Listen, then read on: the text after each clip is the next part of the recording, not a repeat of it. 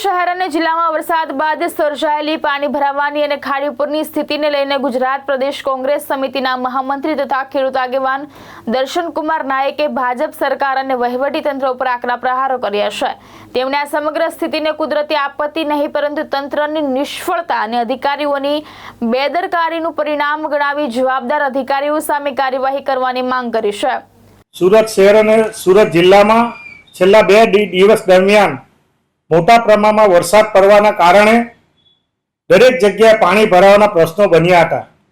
આના કારણે સામાન્ય માણસ, મધ્યમ વર્ગનો માણસ અને વેપારી માણસને મોટા પ્રમાણમાં નુકસાન ભોગવવાનો વારો આવ્યો છે।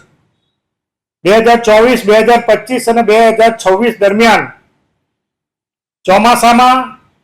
આ જ રીતે પાણી ભરાવાના પ્રશ્નો બન્યા હતા અને આની ફરિયાદ માનનીય મુખ્યમંત્રી, સુરત શહેરના કલેક્ટરશ્રી હોય, મહાનગરપાલિકાના કમિશનર હોય, સિંચાઈ વિભાગના અધિકારી હોય, આ તમામને વારંવાર પત્ર લખીને વિનંતી કરી હતી કે સુરત શહેર અને આજુબાજુમાં જે ખાડીઓ આવેલી છે, ટેના ખાડી, સેના ખાડી, કોયલી ખાડી, ભેડવાડ ખાડી અને તાપી નદીમાં પણ મોટા પ્રમાણમાં દબાણ હોવાના કારણે, ગેરકાયદેસર બાંધકામ હોવાના કારણે જે ડિઝાસ્ટર મેનેજમેન્ટની મિટિંગો કરવામાં આવે છે, એ મિટિંગો પણ ફક્ત કાગળો પર એનું અમલીકરણ કરવામાં આવે છે અને આ દબાણ દૂર ન કરવાના કારણે ઠેર ઠેર જગ્યાએ આ બાંધકામના કારણે જે નદીમાંથી દરિયામાં પાણી વહેવું જવું જોઈએ એ ન વહેવાના કારણે સુરત શહેરમાં અને જિલ્લામાં દરેક જગ્યાએ પાણી ભરાવાના બનાવો બન્યા છે।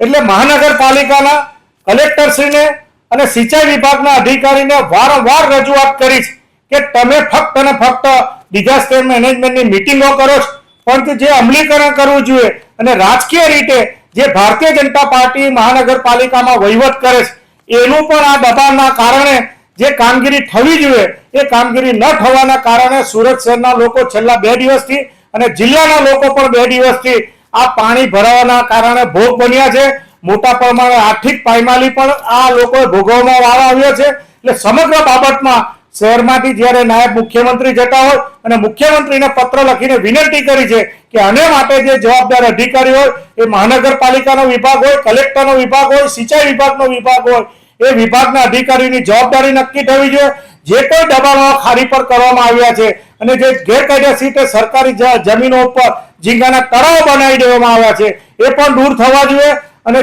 જે લોકોને નુકસાન થયું છે, જેની પાયમાલી થઈ છે અને આ પાણીના ભરાવાના કારણે જે લોકો મૃત્યુ પામ્યા છે એને તાત્કાલિક અસરથી સહાય મળે એ પ્રકારની માંગણી કરતો મેં પત્ર લખ્યો છે।